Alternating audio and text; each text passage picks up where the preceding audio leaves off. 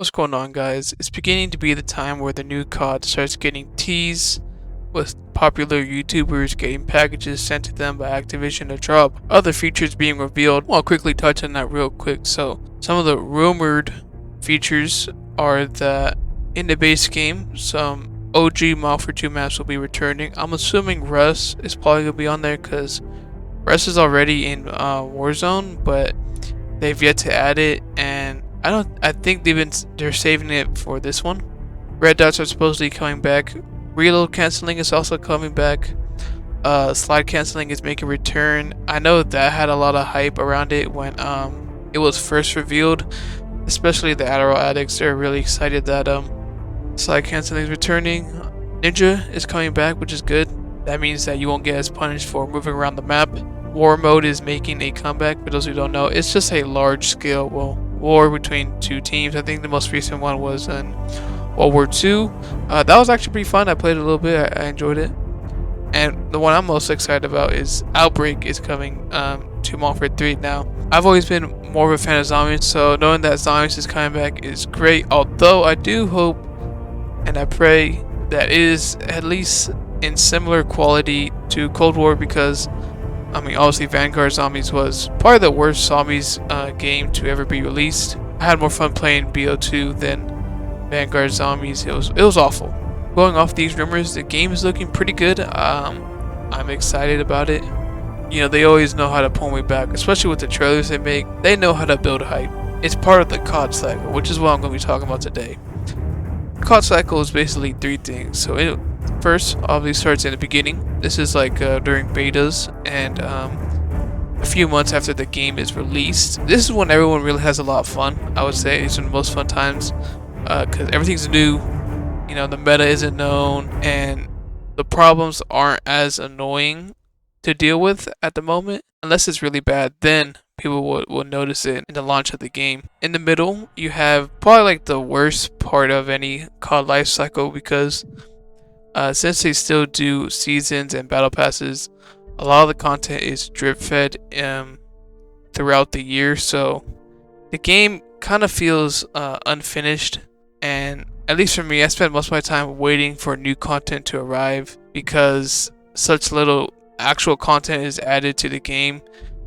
They add new skins every week because it makes them like a lot of money, while actual additions like maps, modes, weapons, and something that I think they should add is new kill streaks. Well, you gotta wait like a few weeks before new stuff like that is added, which I always hated. Like I don't like being drip fed content. At the end of the COD cycle is when the game is actually complete. It's probably how the game should have released. All the bugs are patched, and you know the game feels pretty polished. There's more good maps to the game, which are usually remakes. That's pretty bad for the future because eventually they're gonna run out of stuff to remake, and I wonder what the hell they're gonna do at that point. They could only remake or whatever well-known map so many times before people eventually get fed up about it. All the new weapons and modes have been added, which obviously are great additions to the game, makes it more fun. Basically, everything that the developers wanted to add to the game has been added at this point, which if you took a break from playing Call of Duty, I would say it's probably best to go in when the game is finished and the new COD has been, you know, released. It's always in between the start and the end where it's like really boring and stuff like that. They really don't make the games how they used to, because I know I played Black Ops 2 for 2 years with no sort of DLC, just the base game alone. That was enough to keep me entertained for 2 years. Black Ops 2, MW3 2 should really be the standards of how a Call of Duty game is made. Now, I've actually seen quite a lot of people say they're not going to buy the new Call of Duty. I've noticed people mention MW3 2 a lot. People don't really like MW3 2. I think it's alright. I don't think it's nothing special. I don't really hate the game though. Seems like a lot of people hate the game, mostly because of the lack of movement. I don't get bothered by a lack of movement. Honestly, it kind of gets annoying sometimes. It eventually gets annoying having a guy slide around the whole map every game you play. As for myself, if it does have zombies, I'm probably gonna get it regardless.